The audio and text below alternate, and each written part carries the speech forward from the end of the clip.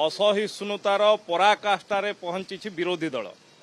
दीर्घ 24 वर्ष शासन दायित्व रहिला परे जो कथा करि पार नथिले भारतीय जनता पार्टीर सरकार मोहन माझी नेतृत्व रे एक गोटे मास भितरे जेति काम कले सेथिरे असहिष्णु हेई पड़िछंती एवं असहिष्णुर पराकाष्ठार प्रदर्शन करुछंती।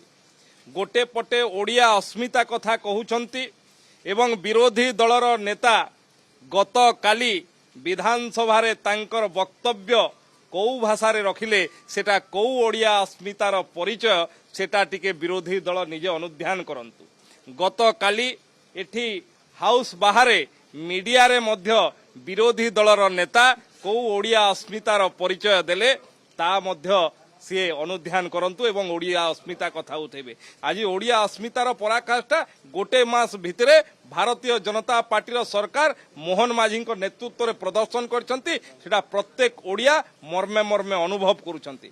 एवं जो लॉ एंड ऑर्डर सिचुएशन कथा कहउछंती मु पचारिबा पई चाहे तांकर पूर्वतन आईन मंत्री प्रताप जेनांक नाँ रे एफआईआर थिला को एक्शन नेले पूर्वतन मुख्यमंत्री शासन दायित्व रे थिला बेले तांकर पूर्वतन गृहमंत्री दिव्यशंकर मिश्र नाँ रे आरोप थिला कौन एक्शन नेले पूर्वतन मुख्यमंत्री पूर्वतन सरकार तांकर पूर्वतन मंत्री अरुण साहू नाँ रे परी कथारे आरोप थिला कौन एक्शन नेले जो माने दीर्घ दिन धरी ओडिशार शासन व्यवस्था को एवं आईन श्रृंखला विस्तार को भुसुड़े देइथिले से माने आज आईन श्रृंखला कथा कहउचंती।